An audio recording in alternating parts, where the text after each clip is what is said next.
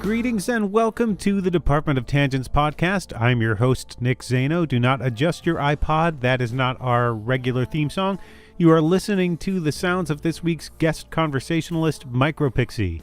This is the title track to her latest album, Dark Side of the Moon, and yes, she does realize that sounds a lot like another album you might have heard of. Throughout this episode, you will hear a few other songs sprinkled into the mix, including Nocturnal Concrete Mountaineering from her first album, Alice in Stevie Wonderland, as well as New Year's Day and Back to Our Future from the new one. Micropixie is the alter ego of musician, artist, and self-identifying intergalactic pop-tart Neshma Friend. Micropixie is an alien come to Earth to study humans, perplexed at our behavior towards one another. She is not alone. Friend's other alter ego, single Beige Female, isn't having a good go of it either. Through the eyes of these characters, Friend is both pointed and playful, taking on weightier topics like gender politics and global conflict.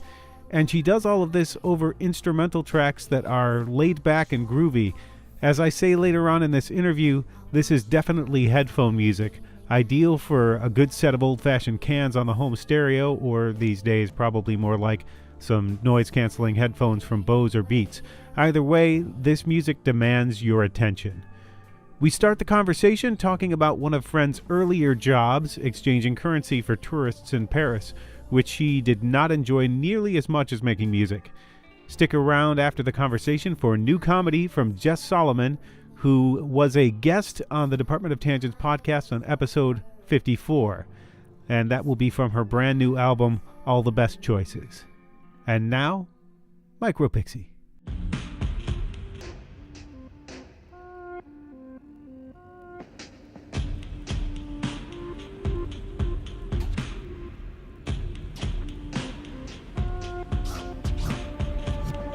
I've had jobs in the past where I felt, God, this is a really horrible thing to do, and why am I doing this? And let me leave this job as quickly as possible, because it's horrible. I had a job when I lived in Paris. My first job there was working for a bureau de change, like where you change money. Mm-hmm. And basically, right off the bat, it was you were required to con tourists, So you had to, people would come along, they'd be attracted by the really high exchange rates, they think, oh, this is a good place, I'll change my money here. Mm-hmm. But in the small print, it said 9.8% commission. So, I would actually be trying to discourage people from changing money with us because I'd see these, say, little old ladies who were in Paris and they were there with their life savings, and I was like, Jesus, I'm going to be taking 10% of your money, So whenever I'd see that kind of thing, I'd just say there was a better one round the corner, or something. I'm assuming that that probably didn't go over terribly well with the company you were working for.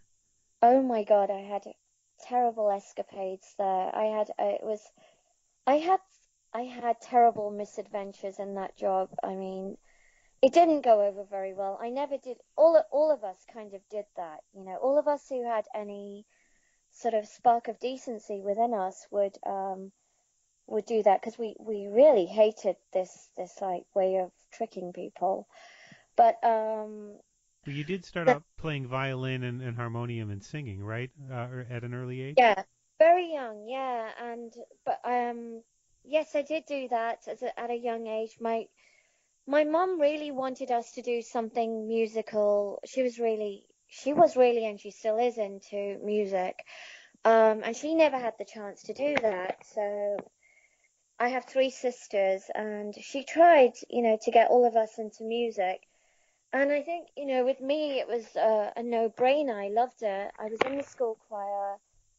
We did go, I do remember the first lessons I did were things like, my mom got me and my older sister to go to Hindustani classical vocal lessons with this older Indian auntie, type thing. And I liked singing, but I was really scared of that lady, she kind of used to shout at us. So it wasn't that fun, but I like the singing. I like the singing part. She would just tell us to do, the sarigam. I don't know if you know what the sarigam is. Do you know? No. It's like sarigama badani. It's like do re mi, Oh, right? okay, like the scale. Yeah. So it's like a way to learn Hindustani classical vocal. So you learn all the notes by saying whatever it's called. So Hmm. it's like imagine if I was singing a song to you, I would just sing it all in sarigam. Hmm. It's an amazing skill, and I have 0.001% ability to do that. What were you? But Did you have other influences at that time? Were you listening? You said that you've grown up listening to Stevie Wonder and R&B. yeah, I used to listen to whatever was on the radio. I mean, we had a lot of radio stations there, so I would probably listen to a lot of pop radio. And then, it's later on when you discover your tastes. And yeah, I think I remember this Marvin Gaye album that I bought on vinyl, one of the first ones I bought, and that was Let's Get It On. Hmm. And it's just super produced. They're so well produced. They're just these albums. I would say like R&B type. I mean, you guys call it R&B here. We called it soul over in England. Hmm. For me, that was soul. So I was a real soul girl. Just these very beautiful, rich, resonant voices, and just they were always singing about things that I could identify with. Hmm. Although I gotta say, Let's Get It On really did make me blush a lot. Uh, Yeah, so I don't know how much of that I actually identified with, but it's just like, when music is good, it's really good, and then it's like super well produced, and just the sound is impeccable. yes, So probably, sometimes you get that. You get something resonates in the sound before you figure out yes, what the message is. totally, totally. That's exactly right. So I think I was just drawn to those kinds of artists first, but listening to radio, I would hear everything.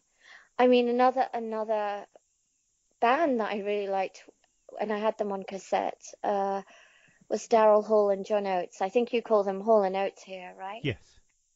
Yeah, I loved all of their songs. They were played on the radio a lot. So that was another example of like really, really well crafted songs and brilliantly produced, and very sort of storytelling lyrics. Like when I think about Man-Eater and things like that, Yes. songs like that was like, wow, what's going on in this song? It's like there's this woman and she's a man-eater.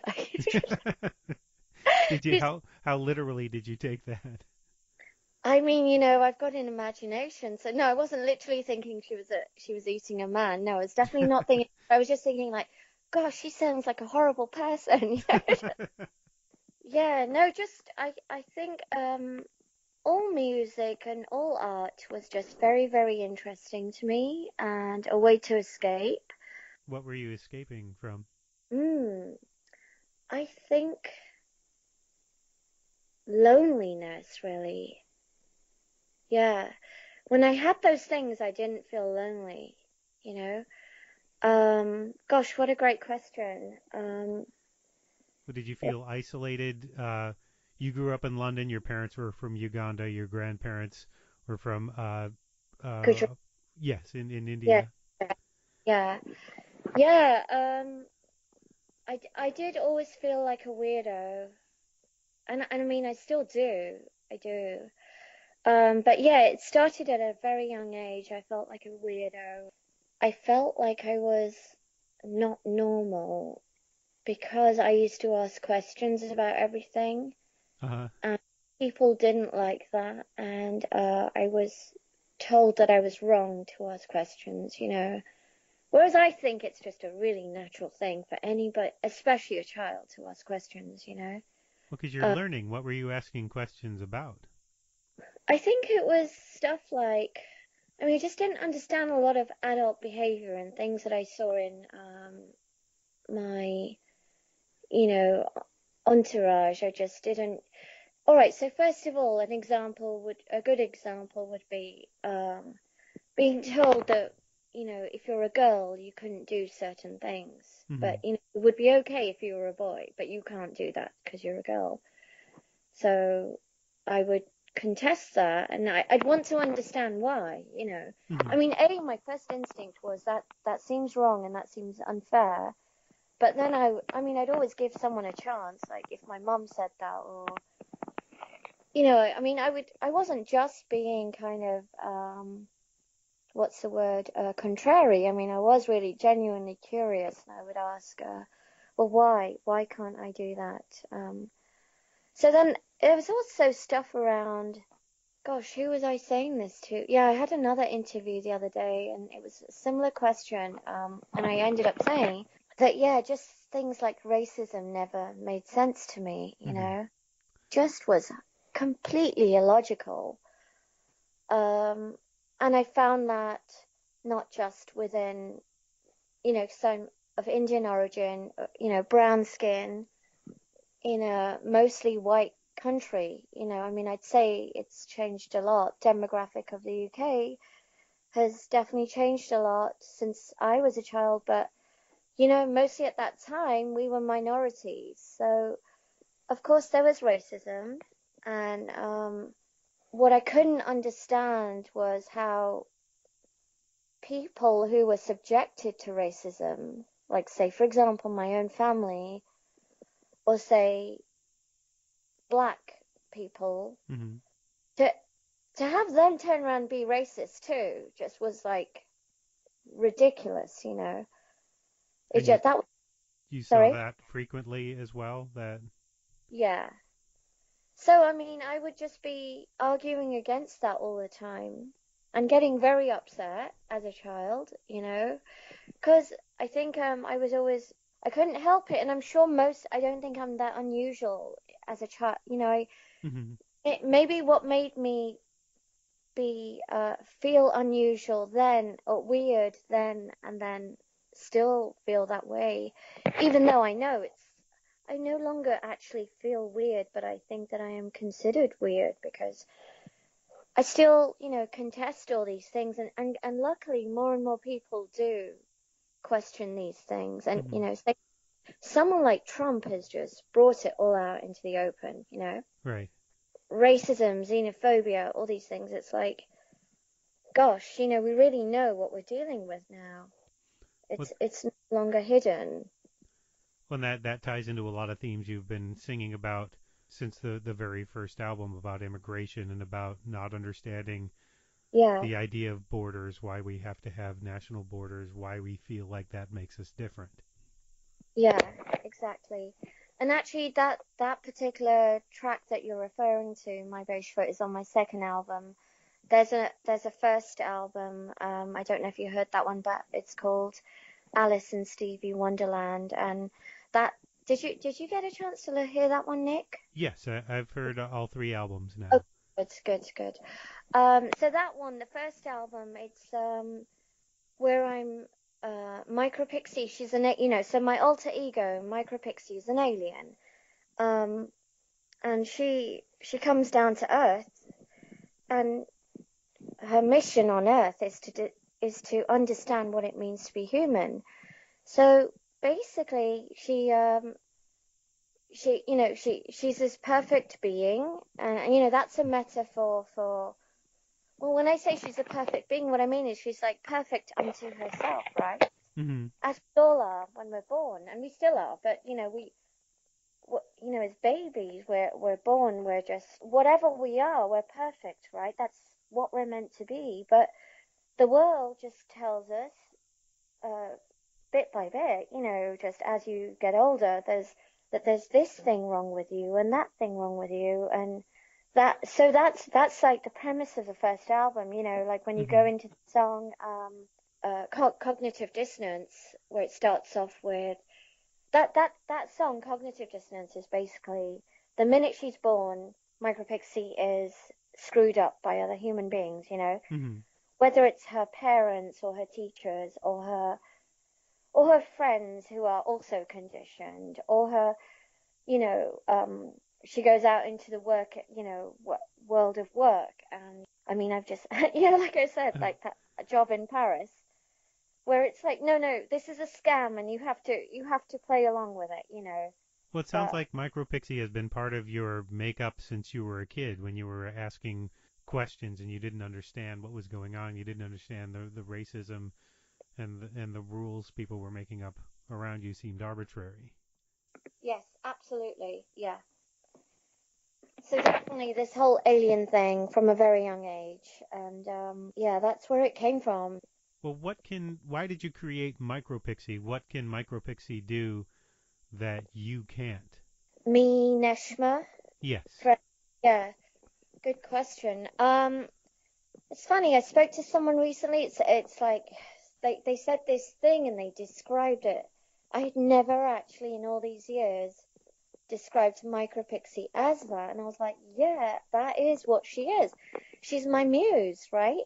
Hmm. So I mean, she's through her I can say all these things that I want to say, and I am, not shy to say them through her. Mm-hmm.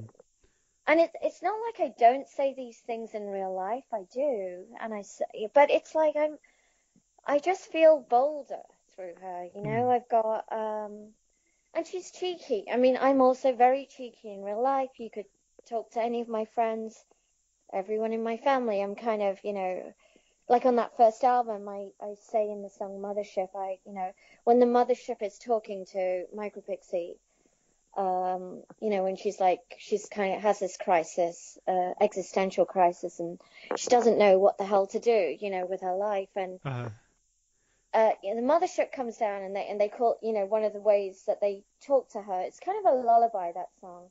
But they say to her, cheeky geeky, uh, cheeky geeky, you're not wholly you yet, like you're not even you yet. You haven't really realized your potential.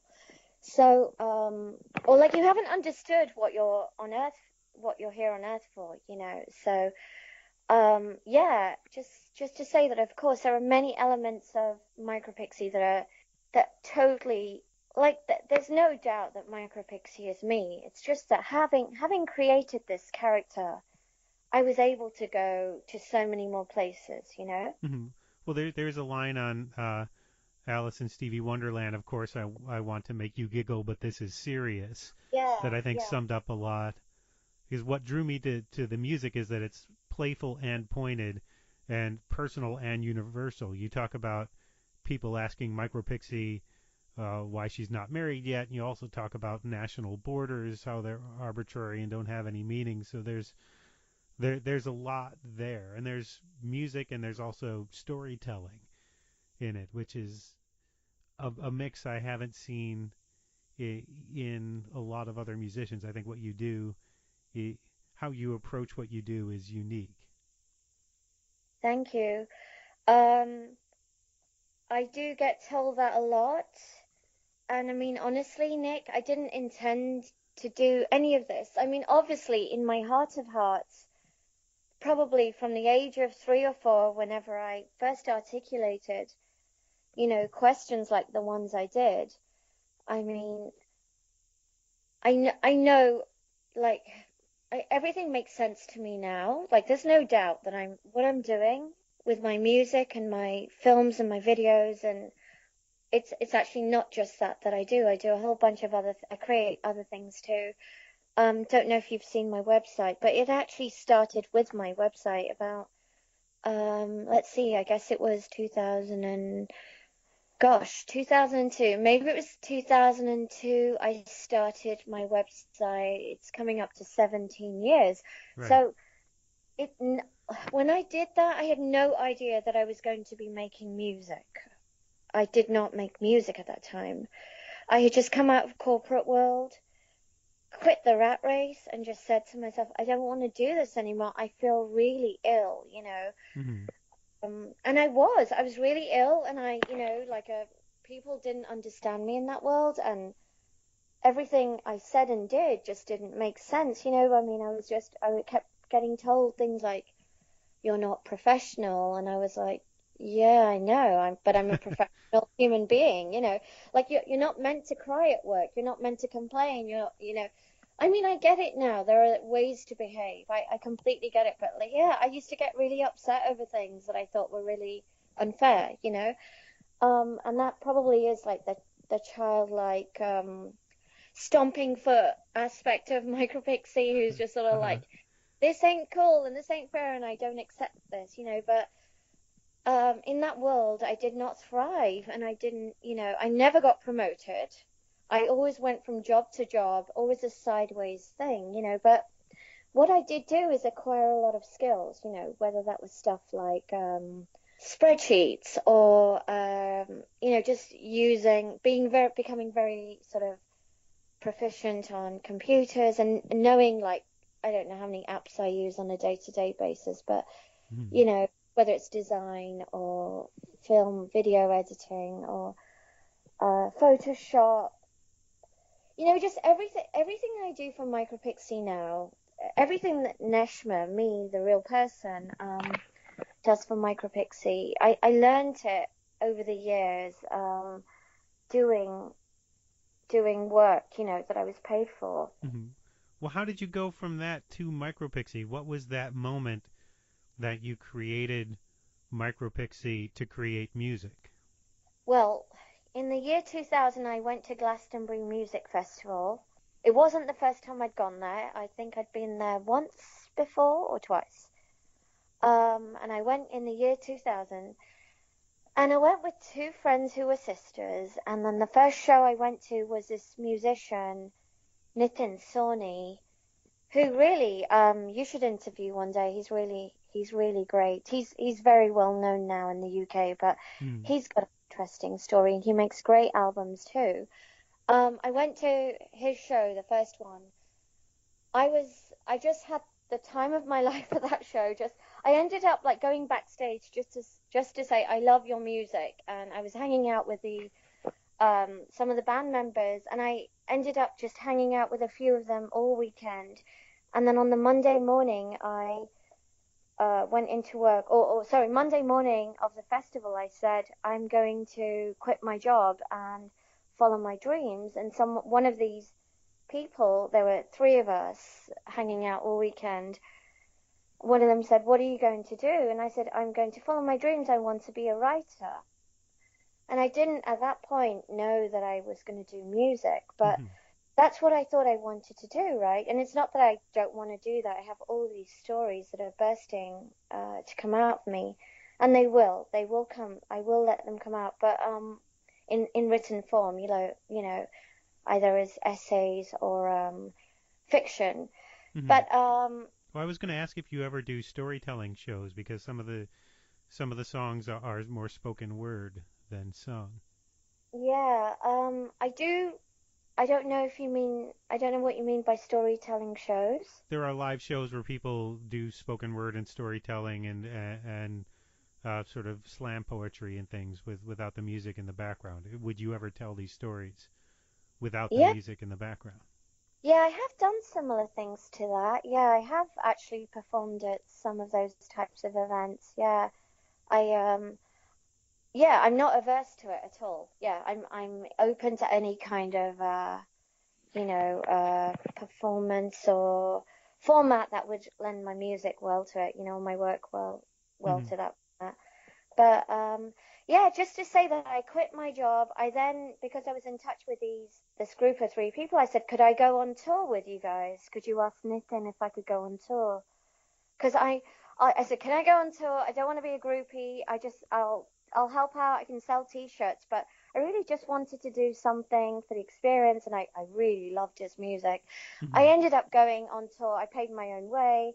I was actually going to go to Spain anyway to see a friend, and so I did that, and it was an interesting experience. And you know, as a woman, it wasn't really that fun for me for a bunch of reasons, but I did love the music, and it was, you know, like I have to say, I'm just so impressed with that guy's musicality, you know, and his. Yeah, I should send you a link to his work Oh, after. please do. I love his albums, It's funny because, yeah, I think actually he was maybe one of the first few people where I just thought, wow, he's Indian.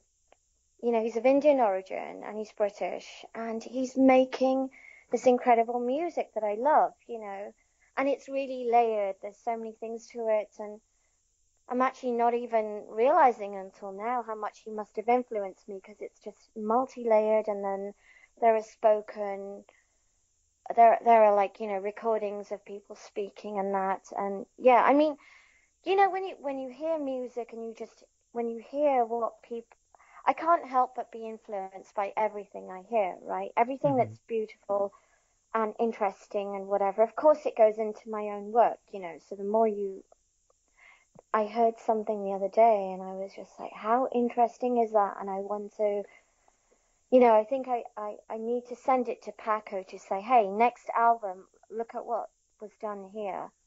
We, Well, I want to do something like that here in our next album, you know. mhm.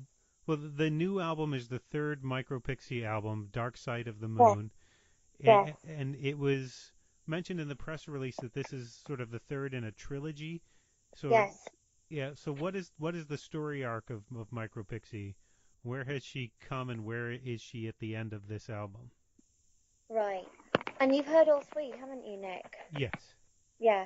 So the first one, Alice in Stevie Wonderland, subtitled The True Story of One Little Alien and Her Mission on Earth to Understand What It Means to Be Human. That's basically my life story up until 2005. We started, the guy that I made the first album with, his name is Jeff Creary. We started it in 2003. He just said to me one day, "Hey, let's make an album together." I'm like, "What?" I said, "You're crazy. I don't know how to make music and I can't sing." And he said, "I bet you'll learn very fast, and I bet you know," he said, "based on your speaking voice, I bet you have a great singing voice." And I was like, "Okay, well, let's see."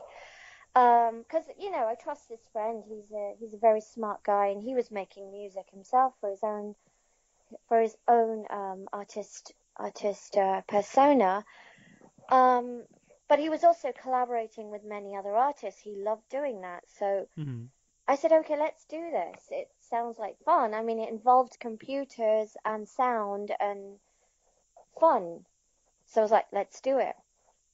And immediately, like the first song we came up with was Nocturnal Concrete Mountaineering, and then it was like we there were maybe like 4 or 5 other songs that we recorded, like we started, and then when it came to this song, which was the first song of that album, Earth, a Kit. Jeff Creary, his artist name was Neo Eon One, and I still to this day call him Neo. You know, I can't call him Jeff. Um, so Neo, he had years before, as one of his first sonic experiments, had created this track called Earth a Kit with this lady. I've forgotten her name, but I think she was, and this is really funny, I think she was 73 years old. And 73 is one of my lucky numbers. In fact, because I was born on 7th of March, and in the UK that's 7-3. Hmm. Here it's 3-7. But anyway, 73. It's like actually the code on that album on the spine. It says MPX73. But I think this lady was 73 years old. I was walking in for a session one morning, as was his usual thing. He was such a great person to work with.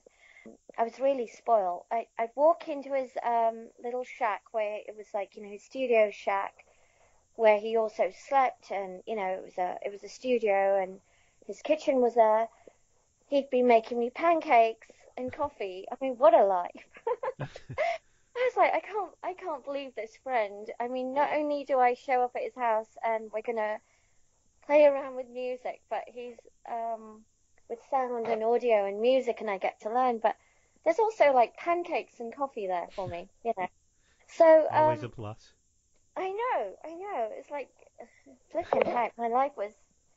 I got so spoiled by that guy. He's such an incredible person on so many levels. And that was another aspect to him, which is still so brilliant. You know, we're still friends, but he lives in LA, so I don't get to have those treats as often as I would like. Maybe once a year when I go and visit him. But anyway, I go into I think it was like I don't know, by then maybe we'd worked on this album for about 5 or 6 months or 4 months, I'm not sure. But I walk in there and he's playing Eartha Kitt, this older version, the original version that he recorded with this older lady. And I said, Neo, this is so great. I mean, I'd heard it before, but I'd not properly listened. And I heard the lyrics properly, and I said, let's listen to it again. I said, could I record this? Could we record this for Alice and Stevie Wonderland? And, you know, could we do it differently? So he was like, yeah, why not? And then it became the first track of the album. And I was like, Neo, this is not just a collection of songs. This is a story. Because, of course, Eartha Kitt was a metaphor for my landing on Earth, right? With one day, whilst browsing through a second-hand planet shop, I happened upon a box, you know, there on the clearance rack, nearly crushed by a stack of prefabricated moons. You know, Right. was this just an amazing? So almost all the lyrics on that song, on that track are by him. You know, he's incredible. You know, probably. I mean, everything else is they came from me, but that one definitely him. You know.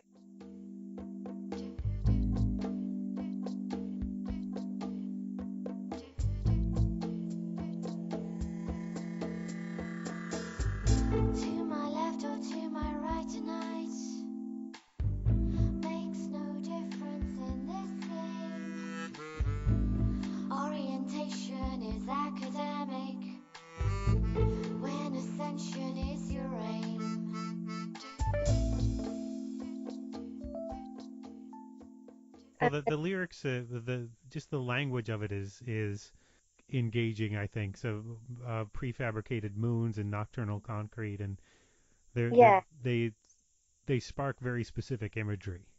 Yes. Yes. Nocturnal Concrete Mountaineering was actually a phrase that I came up with when I first went to San Francisco and I was really, really lost. I had just quit the rat race. Uh-huh.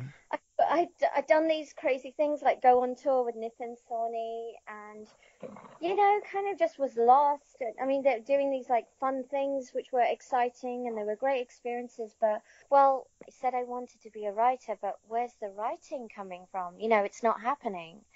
Because I'm too depressed and I'm too lost and I don't know what to do. And I've quit the corporate 9 to 5, but I don't know how I'm going to make money and I don't know how to support myself. But all I know is I don't want to go back to that world, you know, because I'm definitely not well in it. So, anyway, just to say that when I met Neo, then I had just come back from this what I called Nocturnal Concrete Mountaineering expedition, which was basically just me walking up the hills of San Francisco by myself and just feeling really lost. But then, you know, in the walking, something would happen, you know, and then you get to the top of a hill and then you look at this whole beautiful city by night. And I mean, something would shift in my attitude, right? Attitude apes altitude. No, attitude apes altitude. Yes, that's what it was. So when I met him, I walked into the Oxygen Bar. That's what it was called. It's now called Etc. Wine Bar. And funnily enough, I live like 3 minutes from that place now. As of 14 years ago, I moved to this other place, and that's like on my doorstep, the place that my first album was conceived. But I walked in and I saw Neo performing, and I said, wow, I feel like I'm living in the future.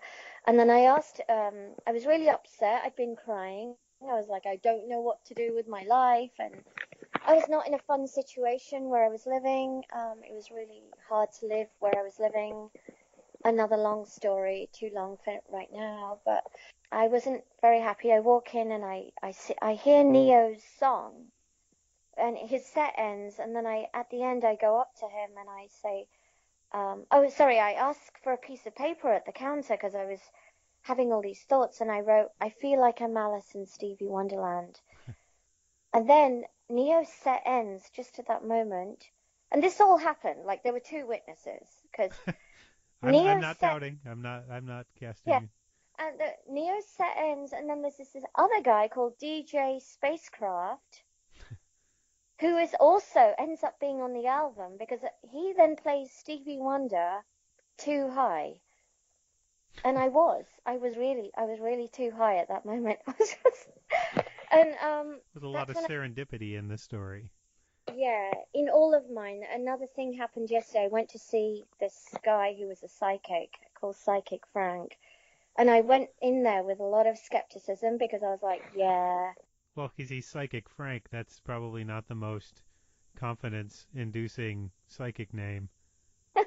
Psychic Frank. It's not why why like do you say that? because it seems like most of them have these sort of mystical names, and Frank Yeah, doesn't seem like terribly mystical name for a psychic. He seems Frank seems more like a he's realist than a yeah, psychic. exactly. Exactly. It would be like a realist, like somebody who's a realist, but they call themselves, I don't know, Zelda or something. Realist Zelda. Right. Or, yeah, Yes, realist Zelda probably yeah, wouldn't be the most confidence-inducing realist either. Frank sounds like somebody who would take your $5 and say, "You want some advice? Stop listening to psychics."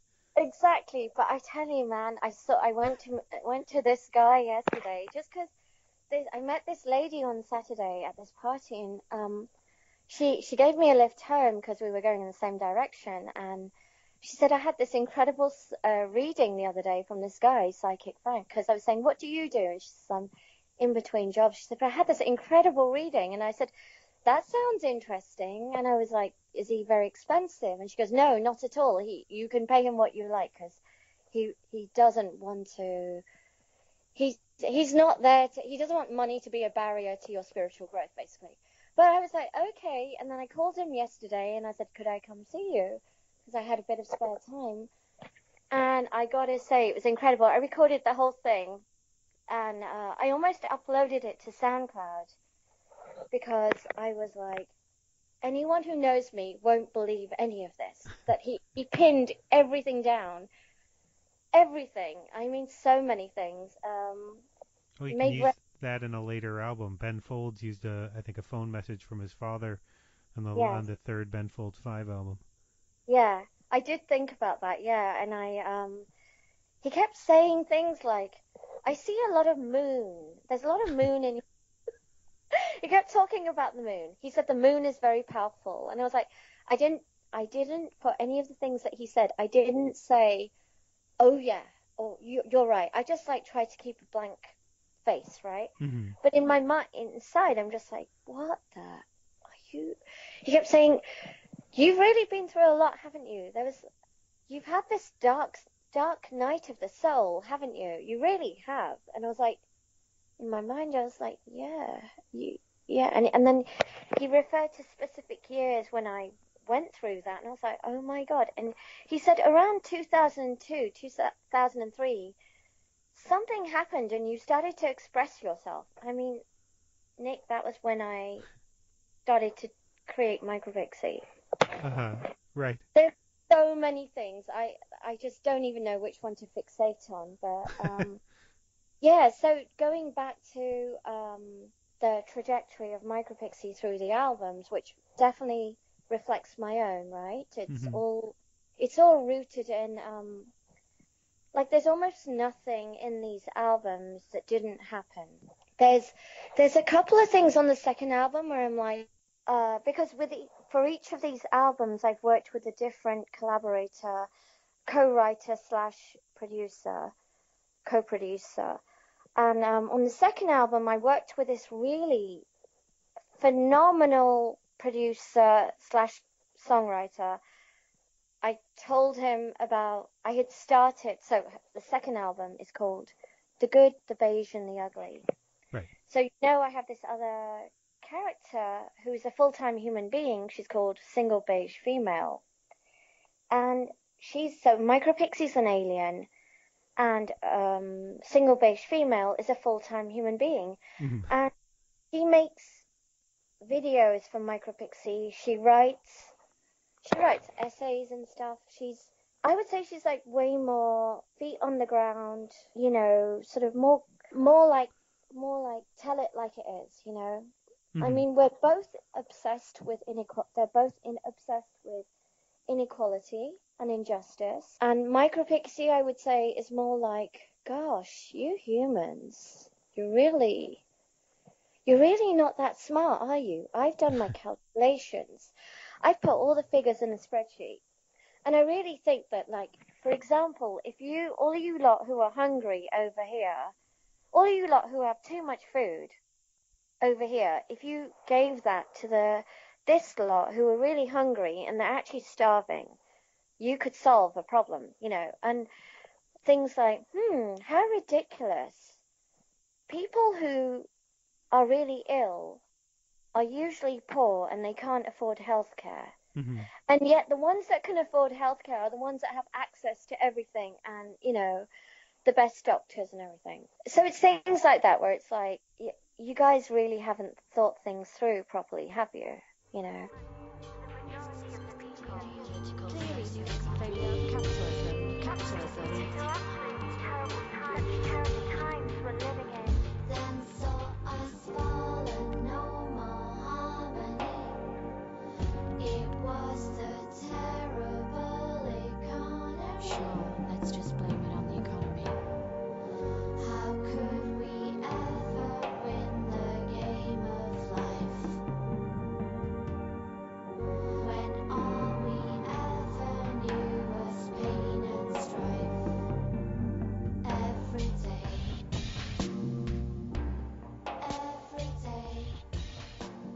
Well, the stories and the songs seem to work on a few different levels. Like I listened to the albums and I didn't get the Alien theme until I'd listened to them a couple times and read a bit more about them. And then there's like the new single, New Year's Day, that works on a few levels. There's a message that people need to work harder to be better, not use something arbitrary like New Year's Day to make empty promises, but to work every day to sort of be better people. But then you've also said that it's the contrasting story of two women, an outsider and an insider, who might possibly be sort of mirror images of one another. And that to me wasn't necessarily explicit in the narrative, but it's more explicit in the video. Yeah, actually, the song was written well before the video. I only made the video in December, and I used footage that I had actually, because, you know, once I decided to release the song on New Year's Day, I don't know what gave me that idea, but also it's the first song of the album, so it's so perfect that I released New Year's Day because what happened was I decided I would release my album on March the 8th this year. Mm-hmm. Like, there were a lot of hold-ups just to get the artwork done. I mean, I'm basically managing everything, and then, you know, whoever could help me, and I did get so much help from a friend called Ed Cornelius, and he helped me on the album artwork, because it's one of those things where I have so many projects going on that unless I book time with a specific person to work on a specific project, things just fall by the wayside, right? Whatever's in front of me will happen. So when I go to Spain, all I do is work with Paco on music. And when I'm in Spain working with Paco on music, he's generally not working with anybody else on music because he's set aside that time for me, knowing that I've come all that way and that, you know, like we kind of need to make as much of the time that I have there, you know. Mm-hmm. It doesn't always work out that way because, you know, he also has other people that he works with, you know. And that's Paco Seren, yeah, whom you met on MySpace. Mm-hmm. It seems like He messaged me about 8 or 9 years ago. I got to find that first email. It was really funny. He sends me a message saying, hello, I really like your voice. Would you like to collaborate with me? And I had just gone through this pretty horrendous experience trying to collaborate with somebody on the other side of the world. And it didn't work out great. I mean, that's the understatement of the year, but I actually allude to many things about that collaboration in the second album, which is The Good, the Beige, and the Ugly is an intergalactic feminist spy thriller. That's an example of like, I came up with this phrase, an intergalactic feminist spy thriller, and that's what I ended up living.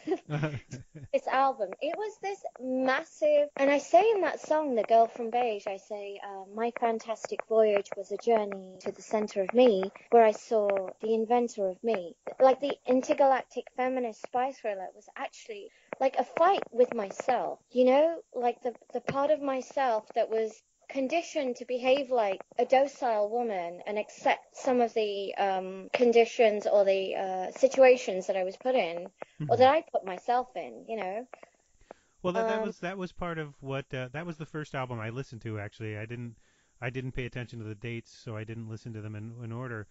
And I didn't necessarily get the alien theme because the things you were saying in those sort of interstitial stories reminded me of things that any number of single women that I know have gone through or talked about. You mean single women who are musicians and artists, or just in general? Just in general, the idea of dating, of what your relatives say or what society Yeah, says about what you should be doing with your life and what you should be yeah. doing, what you should look like, what you should be, how you should conduct yourself. Yes, totally. By the way, that song is on the one Cognitive Dissonance, the one you just referred to, is on the first album. Hmm. But yeah, the second album, so the first album is Alice in Stevie Wonderland, the true story of one little alien's mission on Earth to discover what it means to be human. And the second one is The Good, the Beige, and the Ugly, an intergalactic feminist spy thriller. And that is like the story there is so Micropixie realizes she's a human being. She comes to terms with that, right? Hmm. And then but she realizes she's a woman and she's also a woman of color, and that's so it's through that lens. So it's kind of makes sense that you didn't really get the alien thing on that album, because in that one she really does talk more about the experiences are more of, I would say they come more from a lens of the lens of being human, and Hmm. definitely more from single beige female's perspective, which and as I said, she's the human being in this duo. So there's so many songs with the word beige in that album. There is the title itself, The Good, the Beige, and the Ugly. There's The Girl from Beige. Do you did you ever hear of this series called The Man from Uncle? The I, Man from UNCLE. I've heard of it, but I haven't really watched it. I don't know the Yeah, story so that's behind it. kind of like this spy series from I think the 70s. So then I came up with The Girl from Beige, Beige. I actually was going to call it that. The album was going to be called that, but then I changed my mind at the last minute. Not at the last minute, probably about 3 songs into it, because I thought probably most people won't get that reference, and maybe more people will get the reference for, The Good, the Beige, and the Ugly, Hmm. the reference to the film, the spaghetti western. But it's funny because I mentioned it the other day to someone and they didn't know what the good, the beige, and the ugly was. The good, the bad, and the ugly was. It made me laugh. But I think the girl from beige was far more obscure. Hmm. But anyway, just say there's My Beige Foot. There's obviously the title track, which is all about rock climbing. But Hmm. I mean, it's actually just rock climbing being a metaphor for life, the Hmm. journey of life. I think there's others, but yeah, no, definitely.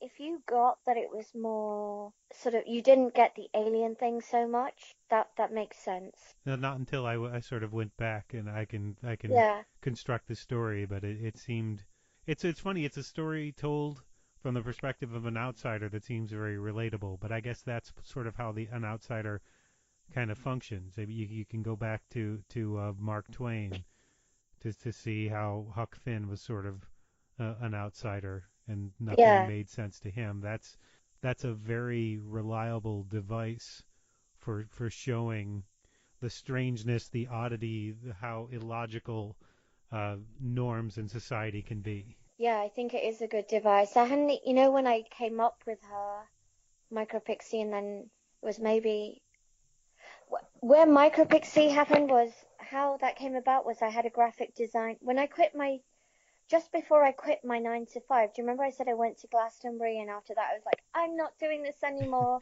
Right. I quit my job, and everyone was like, what are you going to do? And I said, I'm going to follow my dreams. But what I did was I was a graphic designer part half time, and it was called my company, which was just me, was called Micropix, and I couldn't get the URL for Micropix, so I got Micropixie. It's a bit convoluted than that. It's not exactly what I just said is not exactly right because I was in the UK.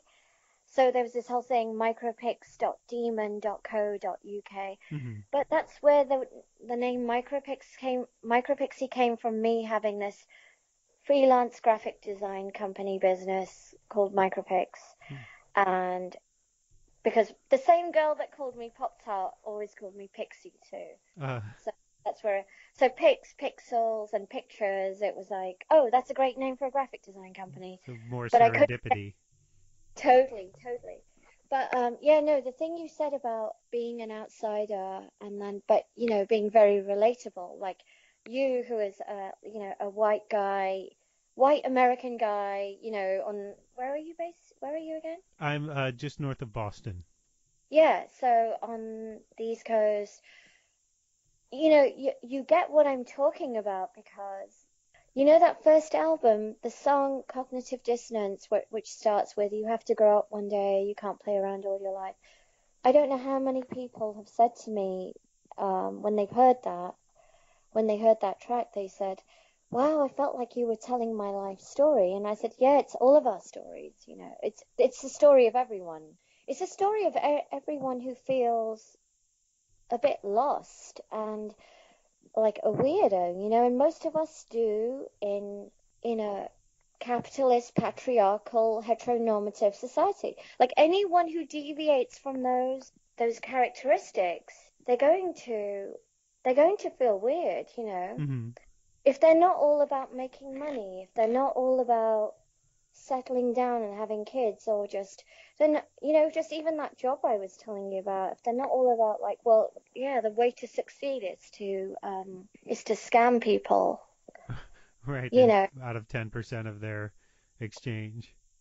yeah, their life savings or something. But I mean, it's all that, and if you don't look like everyone else, if you don't look like what you're meant to look like. I mean, so much of my own personal issues, which obviously over the years the older you get, the more you realize you're like, well, I don't need to worry about that stuff, but I was taught to worry about that stuff. Hmm. What you look like, the fact that your skin is darker than anyone else, that your features are not the same as like, say all these women in the magazines, and Hmm. um anyone who doesn't have a body shape that's not, considered perfect or standard. And the whole world has been set up to make you feel inferior. Hmm. Whether it's to do with, clothes sizes or telling you that you need to eat you need certain vitamins or whatever. It's like, yeah, of course you need certain vitamins if all you're doing is eating processed food that they were also sold to you. Right. It's just like, so of course it's a big money market, money making scam. To have all these fears and issues and then find ways to fix yourself. Mm. So So yeah. where is Micropixie in Dark Side of the Moon then? Where in terms of the that character arc from the first two albums? Yes. So in Dark Side of the Moon, um, it's funny because a lot of people are always like, God, how do I tell her that's already happened, that album? Right.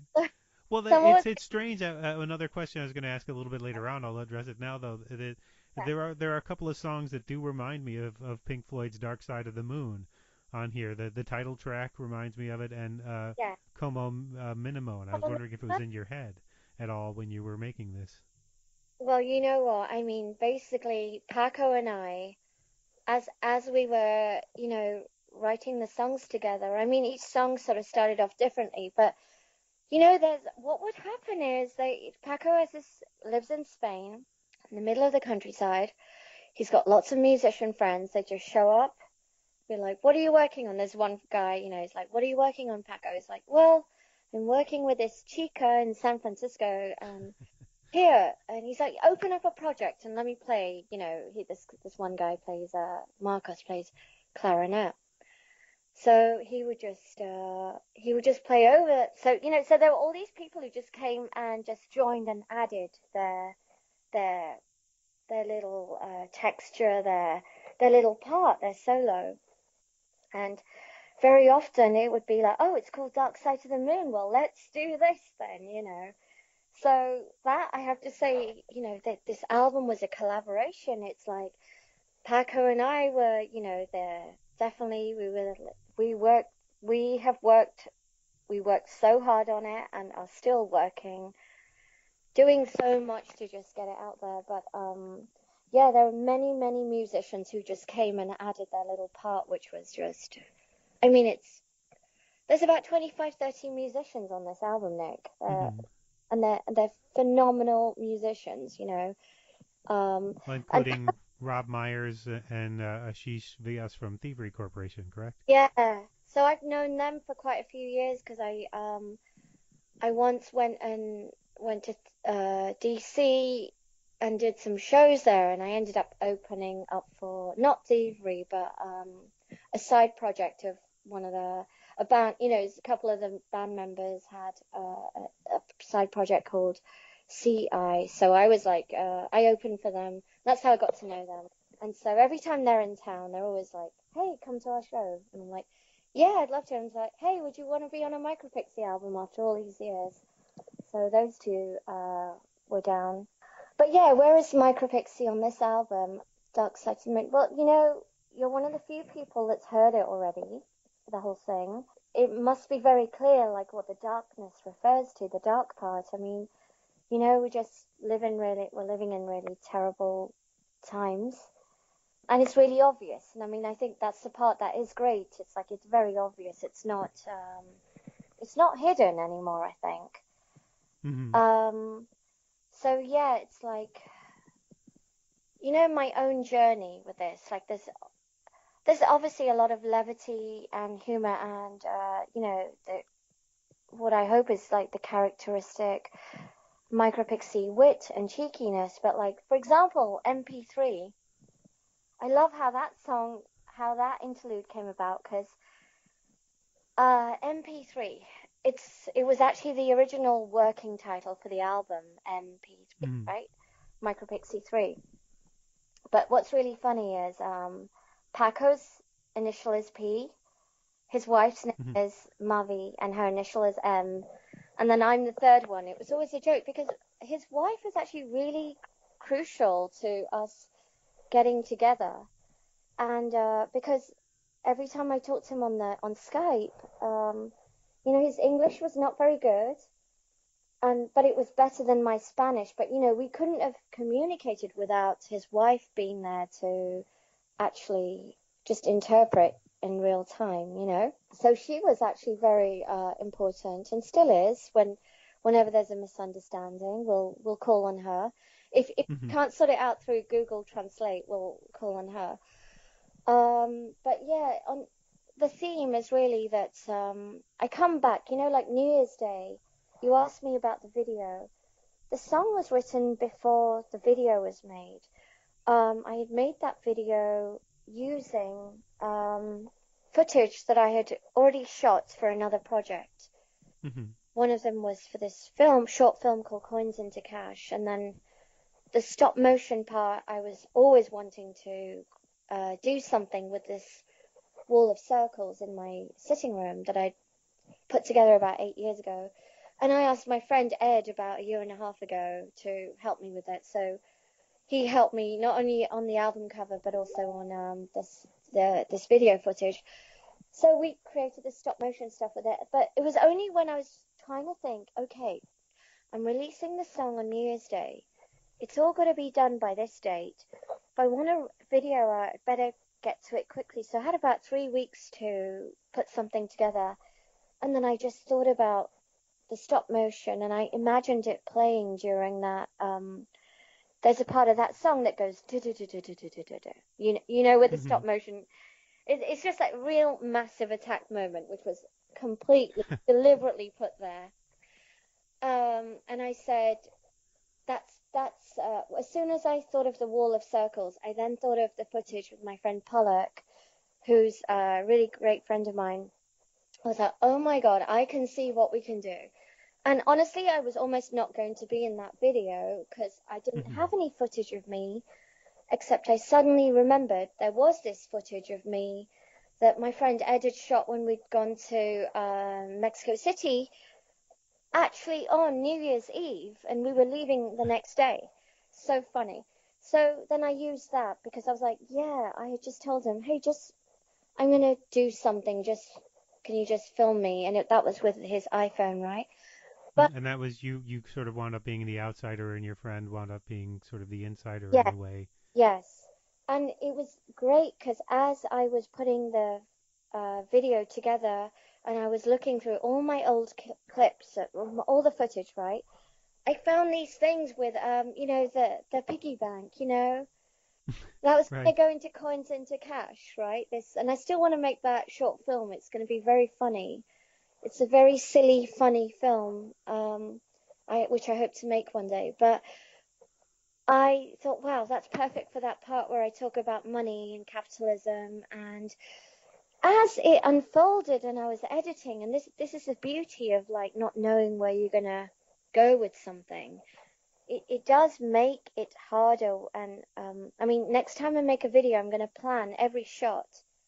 But what was really amazing about this was I would find things, and then as I was making the video, I was like, look at this. There's all these scenes where I had told her, I was like, do this, do that. All right, do this, that looks a bit risque, do that. And I was like, wow, this kind of looks like she's almost like a sex worker or a webcam, you know, sex worker or something. And I was like, yeah, you know, what is this? Is she like, is that actually what she is? You know, is that what she is? Or is she, you know, is she playing to the camera? Is she doing this for herself? Is she empowered or is she disempowered? Is she doing this because she needs the money? Or is she doing this because it's actually her kink or it's her thing, right? Well, she's definitely addressing the camera, whereas Yes, in the shots of you seem somewhat averse to the camera. which I think I generally am. Uh, I think I like being on the other side. Yeah, she was a natural though. She was really everything I asked her to do. She's just so chill, you know. She said, "Yeah, no, I can just do it." I think we shot everything in about 20 minutes, and I still have a lot of footage of her, you know. But yeah, the two stories there. The one that's in the video came after the one that's in the song, and you did get that right. There is this that the chorus is all about.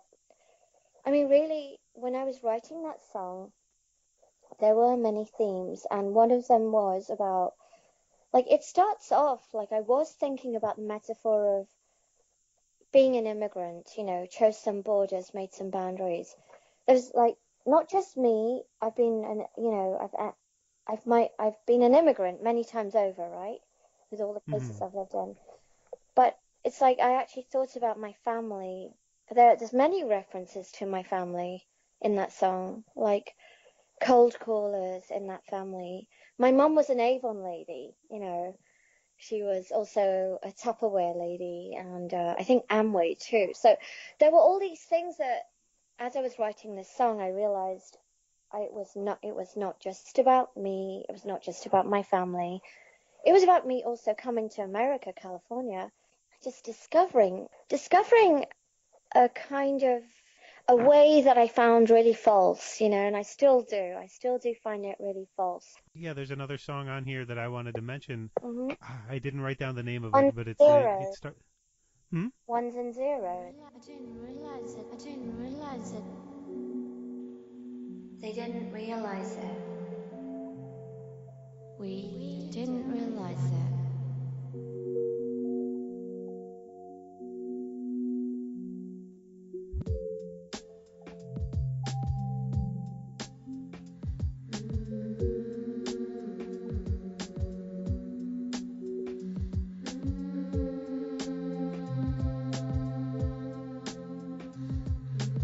I think the question is not what we should do with artificial intelligence, but what we can do about natural stupidity. Well, the one is that the one that starts out. What the question isn't what Like, we should do with AI, but what we can do about natural stupidity. yeah. Oh yeah, I love that one. I was just talking to Paco about making a video for that one today. It's one of my favorite interludes.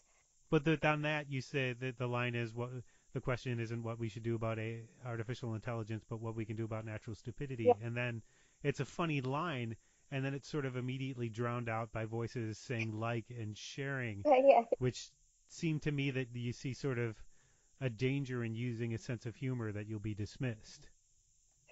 Yeah, no, it's so funny. God, the story of that interlude, and here's where, even though Paco, his English, so despite the fact that English is, you know, like the two other people that I made my two previous albums with, of course, they're both English speakers, and they're both very, very sharp and smart and really like into language.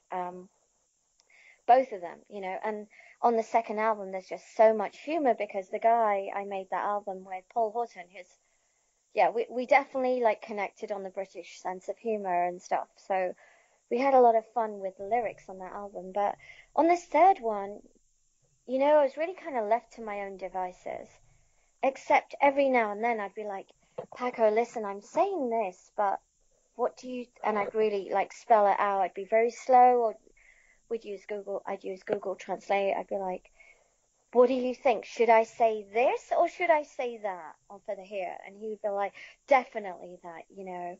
And Hmm. on one occasion, actually on that song itself, I said, I think this is what I want to say here. And he said, it sounds like something somebody would write on Facebook. And I was like, you're so right. You're so right. And I was like, and then everyone would react to it, right? Uh, Hmm.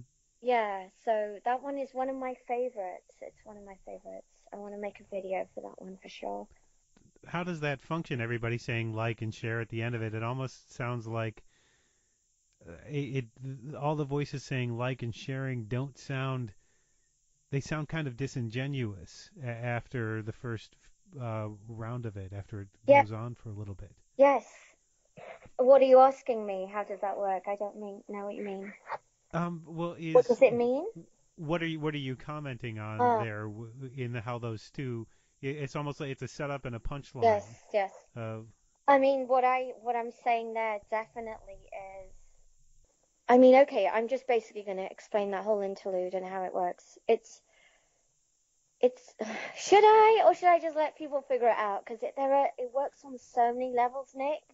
that's the question I think a lot of songwriters deal with. Mm, You know, I've talked to people who are glad to say exactly what they meant yeah. in a song, and I've talked to people who said, you know, there's sort of that Bob Dylan philosophy of, you know, you're on your own as far as what this means. It loses a mystique if I explain. I, I think I think I still don't want to explain it all. Okay. Because there is with that one in particular, I really do want people to listen and think, what is she saying? Hang on, what does Hmm. it mean?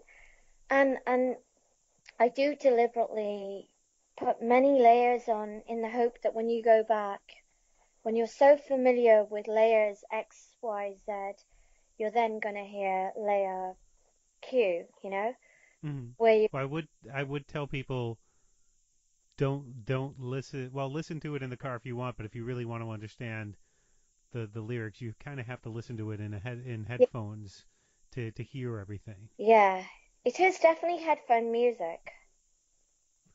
I mean, would you be happy if someone missed the message but just really enjoyed the groove and the sound? Well, of course, I don't mind if people enjoy the groove and the sound because that's definitely a huge part of it. But I'd love to one day explain that one once the album was out of it. I mean, all of them. It's like I actually, Nick, I regret, but the last interview I did, the very long one, I did say what NPD was about. I'm okay with it now. I'm okay. I've now said it twice, but NPD, that song, I mean, did you get it? Did you understand what that was about? I've only had the last 2 days listening to it, so I haven't been able to sort of assimilate everything. Fair enough. So I'd have to say no on that one. All right. Well, I did say what it was about, and it's basically, I don't mind saying it again. And actually, I thought about it, and I'm like, yeah, why don't I say it? It's NPD stands for narcissistic personality disorder, and there's a person in this country that has that big time. So it's not just that this guy, that guy in the White House has it. It's an epidemic. I mean, there's social media that does that, and there's Well, he wouldn't be there if he were the only one who had it. Yes, you're right. Yeah, exactly. So he is actually just like the most extreme representation of everything that's wrong in Western civilization, I would say, Hmm. or So, uh, in a capitalist, patriarchal, heteronormative civilization. well, where does that leave Micropixie at the end? Because the title track, which is the one that ends it, kind of sounds like a goodbye for Micropixie. The last few lyrics in that, just before I go to part 3 of that song, there's I think it goes. Duh, duh, duh. It's funny because the psychic guy said something to me yesterday. He said, "You really want to leave, don't you? But you need to stay and you need to do the thing that you have to do on this earth." He said something like that, not verbatim, but it was that. And I was just like, my God, I just want to tell you the lyrics to the title track of my song, but I'm not going to tell you. Did he say "on this earth"? Was that part of what he said? Yeah, something like that. Yeah. It was something like he said something about me being a different type of creature. It was really uncanny. I was telling Paco on the phone today about this very moment when he said that, and it relates to your question. And it was, I do say, we looking at it. Oh yeah, we're leaving now. Bye bye. We're going to Yeah. watch you from afar. That one. Right. Yeah. Yeah. So it sounds like I'm saying goodbye, but then I do in the last part say all those very sweet things, right? And for me, that means that Micropixie is still there, even if she's left with her init choir. That's the init Right. choir are the voices inside her, right? Bjork's got her Inuit choir, I've got the init choir. Oh, I didn't make the connection when I saw the video for with the Init choir. Oh yeah, yeah, the one with the animation. Yeah. Yeah, yeah. Yeah, that totally was me sort of a play on words with that because I'm from London and we all say in it, and then I would Right. yeah the init choir, the voices inside me. So anyway, the init choir, Micropixie and the init choir, they leave, but they're still there, and that's why I say at the end we. It's not just her; it's like all of these like benevolent spirits, these benevolent beings who are like watching. You're being watched, you're being listened to, you're being, we feel you, we feel you, we hear you, we see you, we hear you, we feel you, right? So Hmm. it's like we're still here. So it's the end of this trilogy, this particular trilogy. It's the final chapter, but it's not the end of Micropixie by no means. I've got way more albums that I want to make, so. But would you make them as Micropixie, or would you make them as under your own name? I think it's funny. Great question. I have the names for two more albums, and I think that they are both definitely Micropixie albums. Mm-hmm. But depending on who I worked with, and say for example, if Paco and I get a chance to work together again, because just me going over there, it's not easy, it's not cheap, um, Mm-hmm. it's a lot of commitment. I mean, I loved it, but it's like I'd love to do it again. If he wants to do it again, I'd love to do it again because I love what we created here. I'd love to try and do another one at least, if not many. But yeah, just to say, would it be a Micropixie album? Who knows? Maybe Paco will say, "Hey, I do want to work with you on the next album, on another album, but let's call it this," And Mm-hmm. I'm open to, I'm open to anything. There's no rule, I think, about what has to happen in terms of creativity.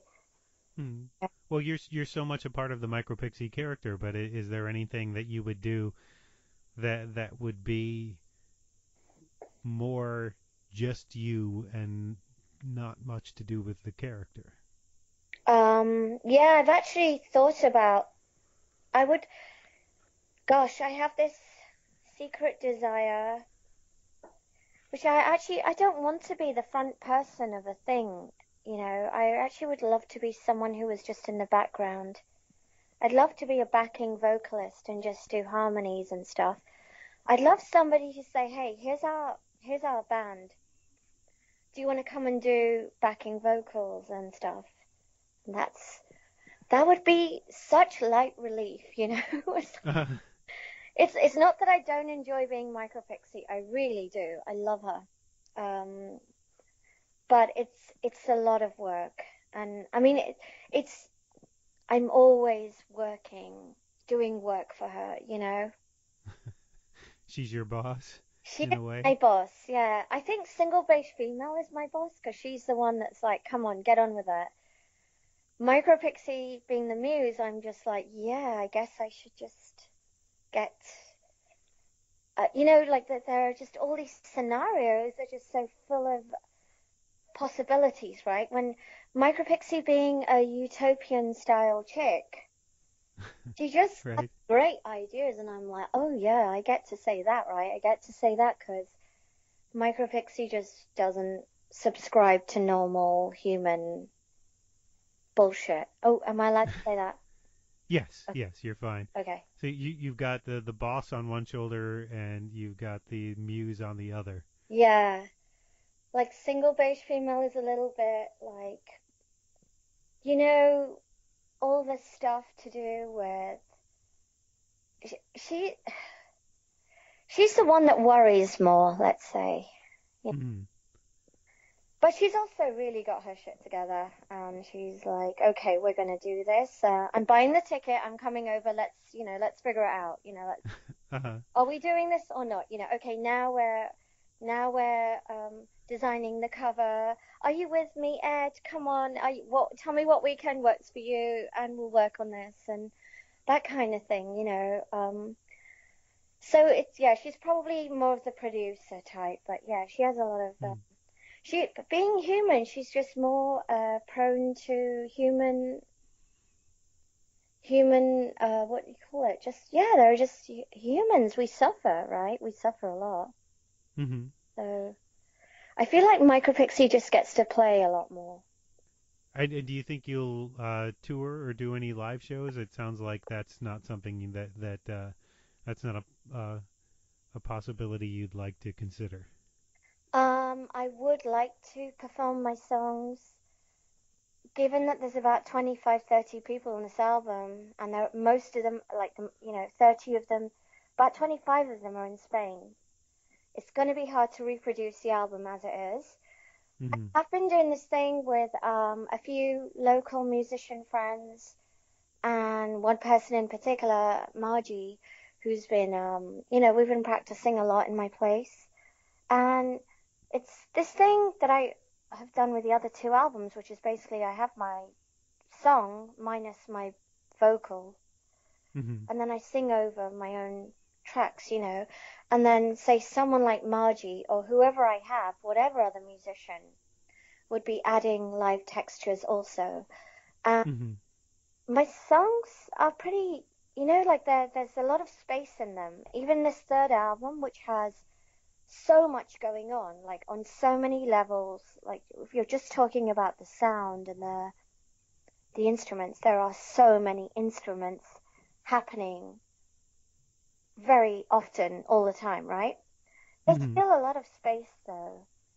So it has, I did do this thing in the summer where I performed at this festival, and it was just going to be me, Margie, and this other guy, Radu, who also, she was playing mandolin, this other guy, Radu, was playing guitar, electric guitar, and I had my computer, my backing tracks, and I was singing, of course, and but there were all these other musicians at the festival, and one by one, it was like a dream. It was actually something I hoped would happen. But one by one, they all came and joined. And then we had sax, we had this other gypsy jazz guitarist, we had another friend doing playing live percussion, all very subtle stuff, So it's like, this is how I would like to play it, and so that is how it could potentially be done. Mm-hmm. Or it would just be like me and the songs and more like acoustic. That could Mm-hmm. happen, but there's just so many textures on this album.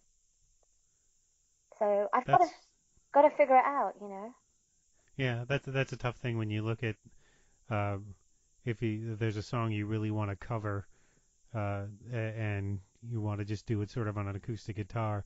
There maybe you feel like you can't leave out the drum part because that's Yeah, driving the song, or there's some other counter melody that you can't necessarily play. That it gets tough to figure out what you leave out is a very tough decision yeah, in an arrangement.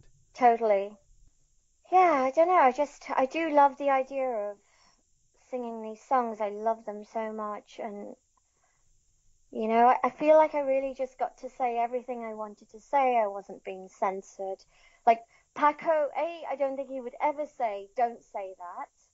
Hmm. And B, most of the time he didn't really know what I was saying until after. Like I would always, he wasn't there like saying, oh, that's a crap lyric because it doesn't make sense. Like he would never have known, but it's only afterwards Hmm. when but I would include him in that, and I would say, do you think this word is better or that one? And he'd be like, what's the difference? And we'd use Google Translate. He said, oh, definitely that one. And I'd say, yeah, I thought so too. Hmm. But yeah, no, my ideal performance scenario, tell the truth, would be that I would be like there would be a film of this whole album, and I'd be in this corner in the dark, and you'd hear live vocals. Um, Hmm. I mean, when I have spoken to Paco about performing, we've both said things like, if we play this album, if we ever perform this album, we want to play it exactly like it sounds, Hmm.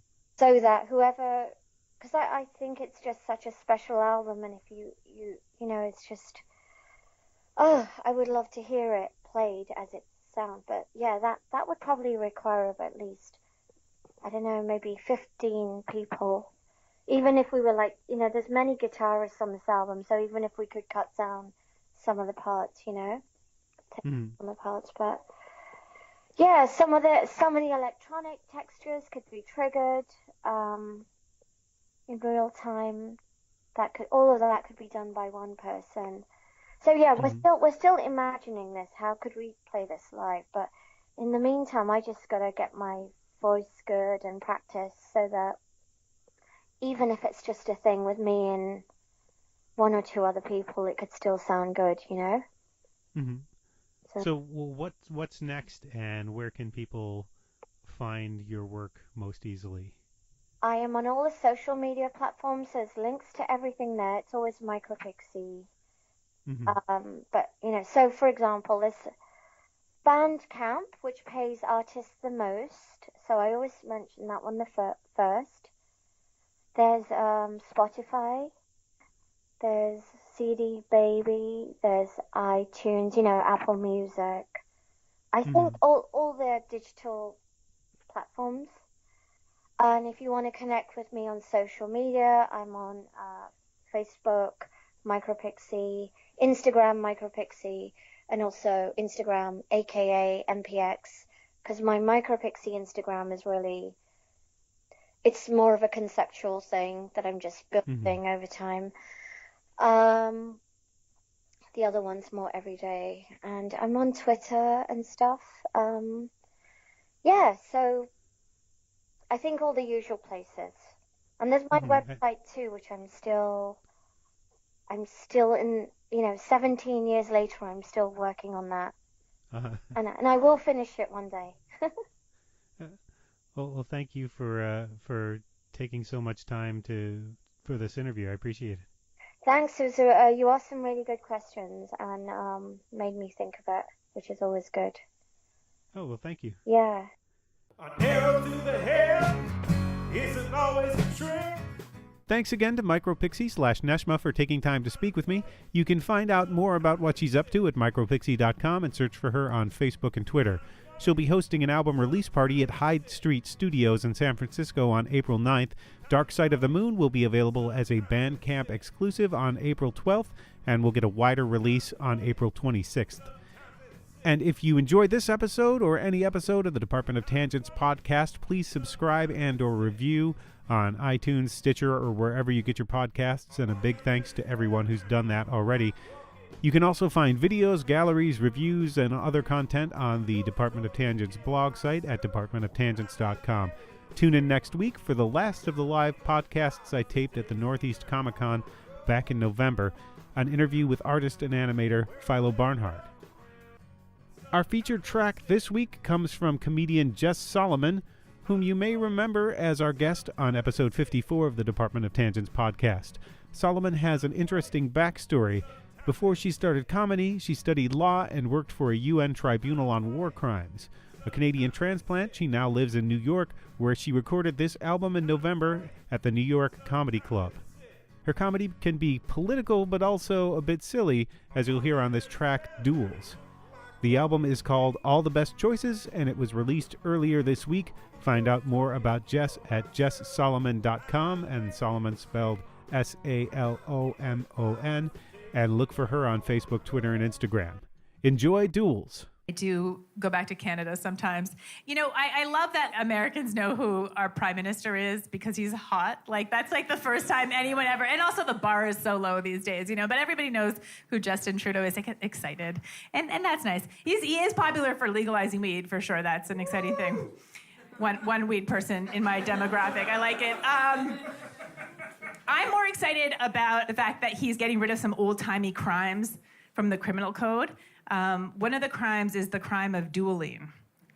Yeah, dueling is soon going to be legal in Canada, you guys. Are you kidding me? Are you kidding me? We've had gay marriage for 12 years, and now we're going to be able to murder each other in the gayest way possible. Just pull off your glove, throw it to the ground, and demand satisfaction.